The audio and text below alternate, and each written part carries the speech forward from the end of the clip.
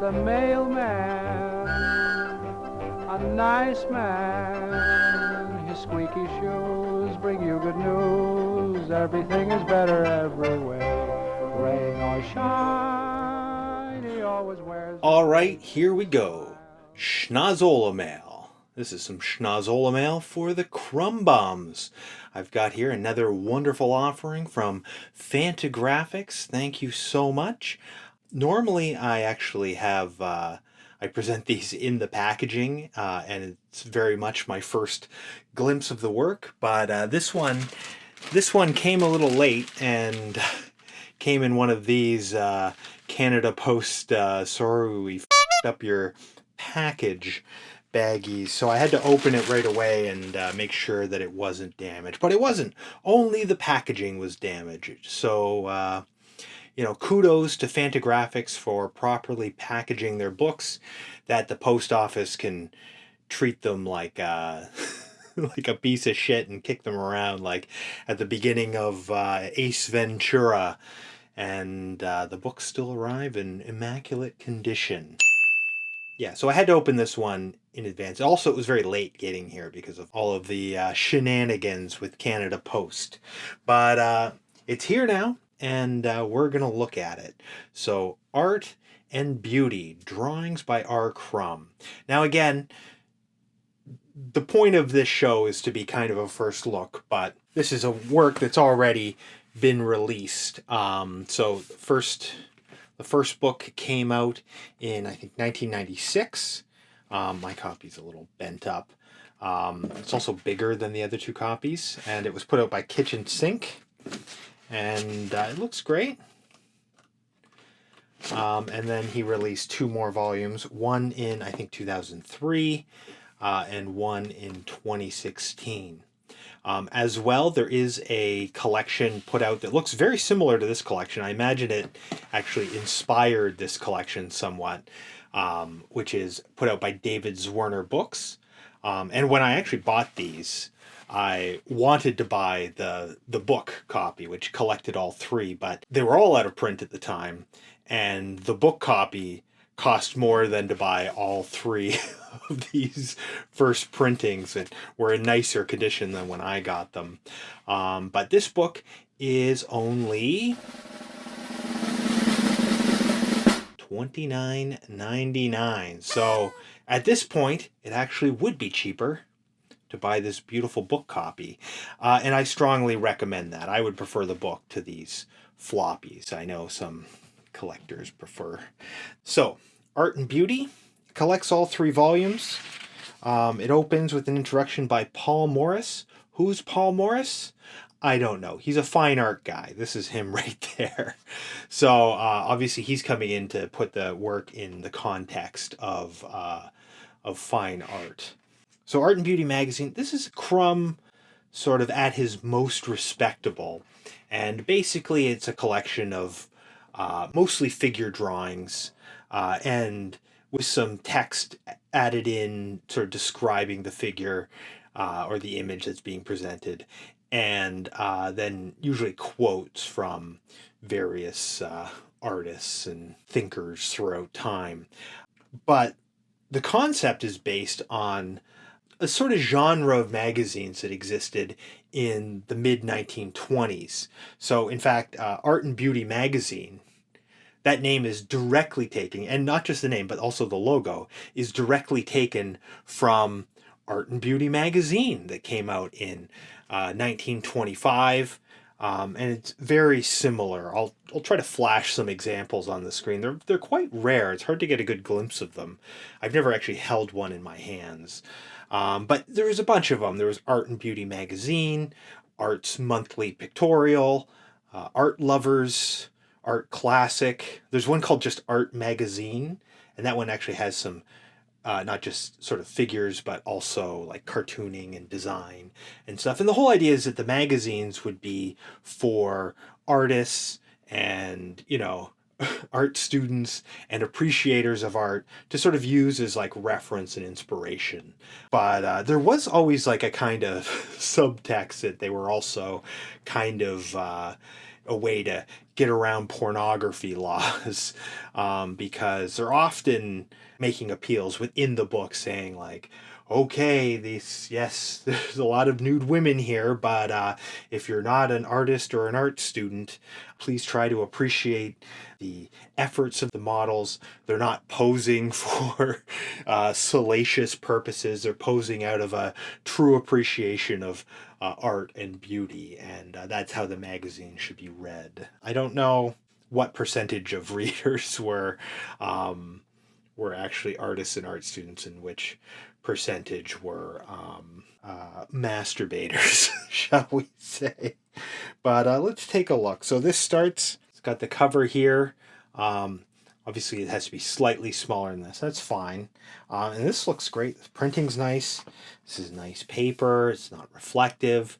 It feels nice and thick. This is a good quality book. You can see it's just a lot of drawings, mostly of women, in the female form. There's definitely a lot of attention paid to light, and how sort of light interacts with the form, light and shadow.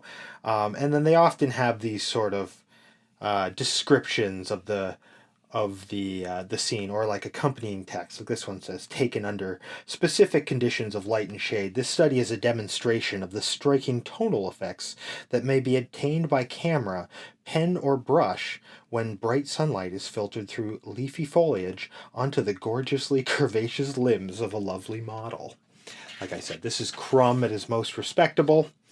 My favorite part of every issue is this opening shot that you'll get. He'll always have these wonderful fonts up here, and it's something a little more cartooning. Like here it says, don't you think that postmodernism is an inclusive aesthetic that cultivates a variety of incoherence? Hey, I love my wife, but oh, you kid. I don't get it. So here we go. Here's Diane Hansen. You may remember her as a person in the Crumb documentary who commented on the size of Robert's penis. She was a editor of porno magazines, fetish porno magazines, and now she's an editor over at Taschen Publishing. This is copied from a Renaud. The Three Graces.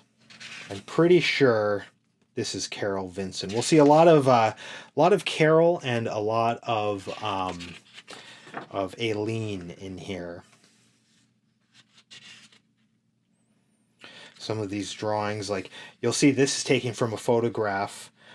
This same pose appears on the unused cover for the Book of Mr. Natural. I'll flash that on the screen.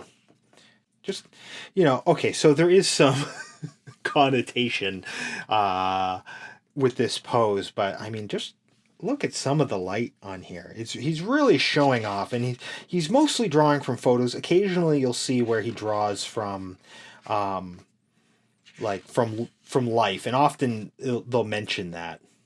This is very nice the way he's got all of this shading on the form, but he's also able to capture the freckles. This is a very nice. I've seen this photo somewhere, but I don't think I have a copy of it saved right now. This, I'm fairly certain this is Aileen. I wonder if this is Diane Newman without the glasses. I don't know, it says two friends. One is shy, the other devilish. This is copied from a Reginald Marsh. He did a lot of sort of drawings and paintings of modern women on the boardwalk. This is nice. I wish there was more of this actually in this collection. These like ancient sculptures. But yeah, there's kind of a focus on line and light and darkness and form. And like I said, it's both very, this is Aileen here, it's both very high-minded and intellectual, but also very masturbatory, right? Like he's very much just showing off his mastery of cross hatching.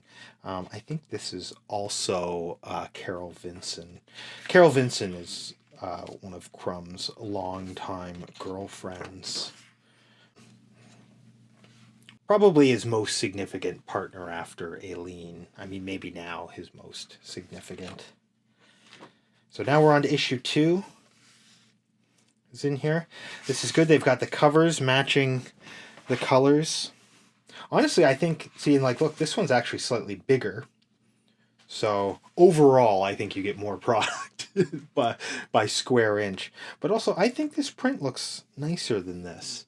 Like, this has got richer blacks, but, you know, this has got richer blues and sort of mid-tones. To render and glorify the life of today.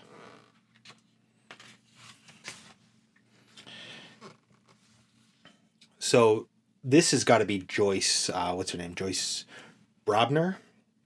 Harvey Picar's wife. I'm fairly certain that that's who this is. And of course, he's got these photos of her sort of posed near all these records. Here we go. Art and Beauty Magazine number 2.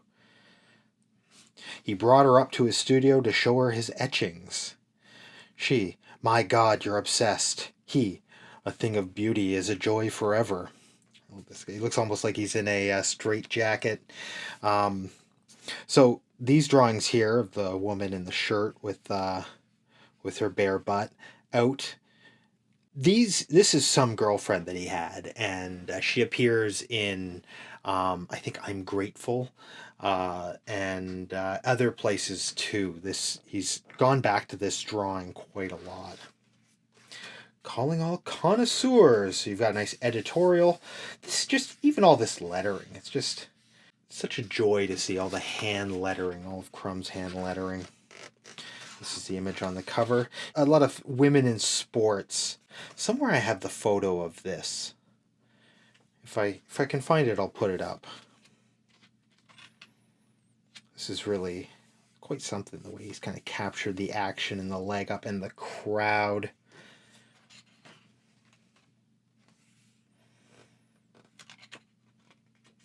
Good stuff. And of course he has quotes throughout.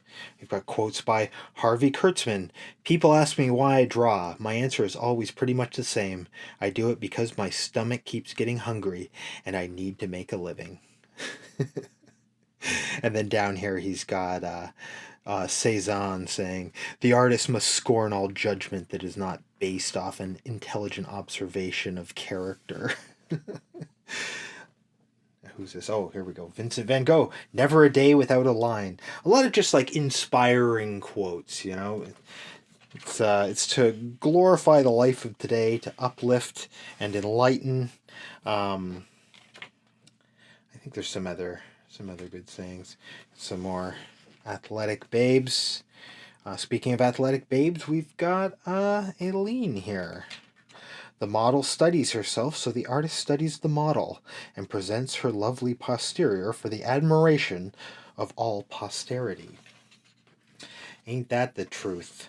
We've got Betty Page here, and Hugh Hefner. So often, like, they're not just randomly assembled. Like, the whole book is curated in such a way that, you know, it does have a nice progression. Girls of the Street. Beauty is where you find it. This is like a photo of like a young woman living on the street. This is a very, very nice drawing. Like for Crumb, like she's not sexualized at all.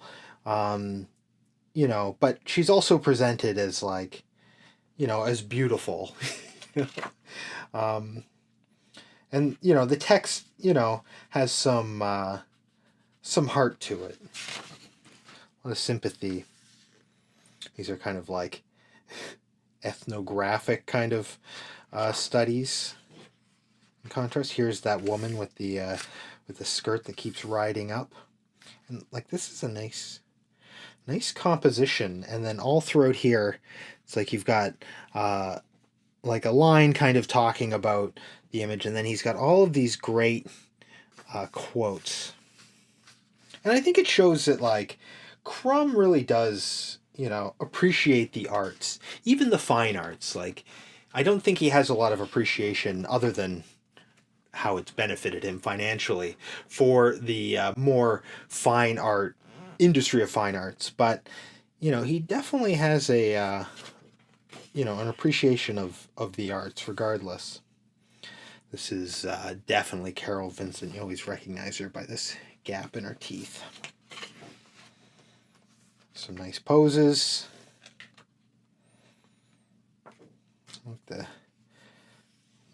Just the way this sort of comes into the foreground. More challenging perspectives. Got some anorexic looking French women. Two young artists from Holland who call themselves La Raven captured a moment from a video installation recently shown at the Institute of Contemporary Arts in London.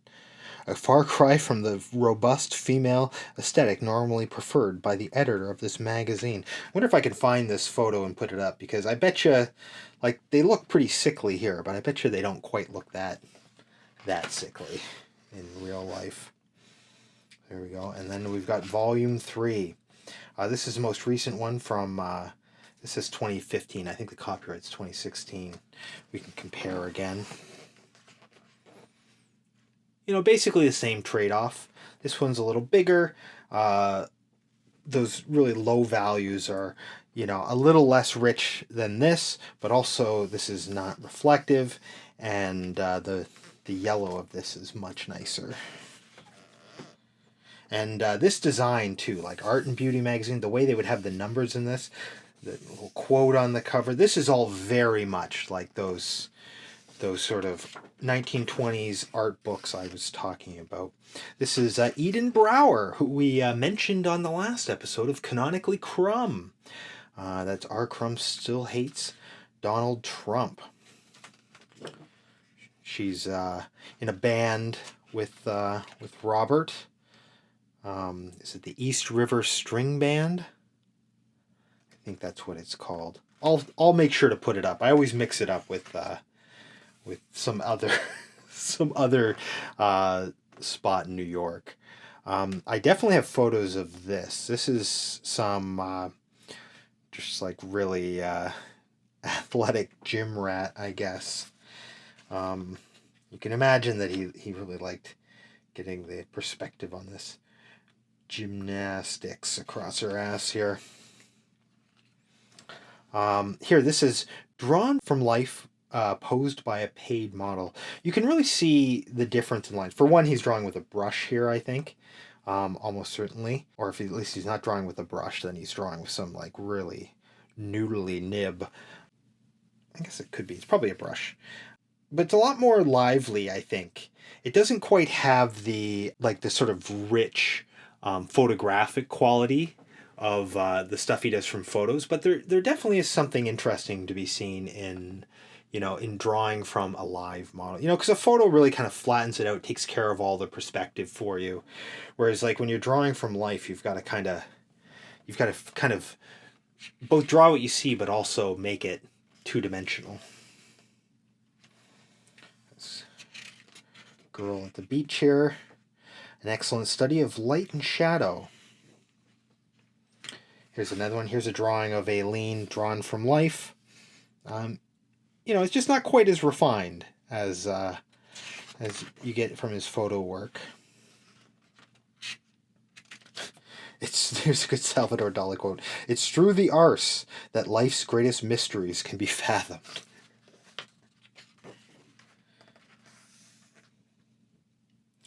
I thought for a second this might have been one of Sophie's friends, because in one of his sketchbooks, I'll see if I can find it, there's a sketch of one of Sophie's friends who posed upside down for him, but it does say that this is drawn from a photo in a magazine. Here we go. Here's Finding the Beauty in Real Life. It behooves a serious student to put aside his own aesthetic prejudices, as there is much to be learned from drawing all body types, the homely and misshapen, as well as the heroic and beautiful. Think, for example, of the wonderful paintings of Lucian Freud. We rest our case. I think that's true. I think I probably wouldn't use the term homely and misshapen, but yeah, I think it's good to get different kinds of body types. Draw a lot of different kind of body types, especially when you're learning how to draw. Which I guess you should always be learning how to draw, but before you can fake it pretty well. Here's another couple drawings of Eden, mother and daughter study. Yeah, so this is Eden and her mother. This is one of their friends who plays guitar. This is a really cool one of Lady Gaga. This, I think, is Serena Williams. I have the photo of this as well. I'm always kind of putting together future episodes of Canonically Crumb. So I've gathered a few photos where I found them. There's one drawn in a restaurant. I think that's Carol Vinson again. There's Aileen. Really is like a nice book of drawings, like a really nice art book. It's hard to imagine like too many art books that are quite like this. It'd be nice if more artists did, even if they weren't drawing from life, if you're going to get a collection of drawings, because usually it's a collection of, images that are like paintings for sale or, something like that. And I mean, I'm sure Crumb sold these and made a mint. Probably find some on Heritage Auction. I have a photo of this too. This is taken from a like a black biker rally, and you got to imagine that this like particular proportions, like her legs are like like her legs to the top of her ass are like half of the more than half of her body. Like the rest of her body is half the length of that. So you got to imagine that this is a photo Crumb couldn't resist. I like this one. I don't know if this is what's her name, Paris Hilton or some other person like that, but I like the saying, could the absurdity of human life be more vividly portrayed? Are these two people under the illusion that they present an image of glamour, excitement, and fun in the sun? The artist is at a loss to answer the existential question. And there's the end. In case you wondered, Aileen uses an apple, I guess, or used an apple when she was alive. So there you go. And there she is again on the back. You don't see this picture all the time, but you see another picture. This is Aileen when she was younger. You see other photos obviously taken from the same session, her on the bike facing forward. All right, so Art and Beauty. Look, this is a book I think every respectable Crumb fan needs to own a copy of this. Previously, this was the cheapest way to get them, was in the original form. Now they're once again in book form, and I gotta say, this is a nice book for $30. Feels nice in the hand, no jacket or anything, and it's no nonsense. And Art and Beauty it's nice, it's not comics. I'm always, leaning towards the comics, but they're really nice to look at, and yeah, this is the perfect way to own them, I gotta say. So thank you, Fantagraphics, and all you Crumb bums out there, go out and buy. Keep on trucking. It's the mailman. Someone wrote another note. There's a letter in your box today.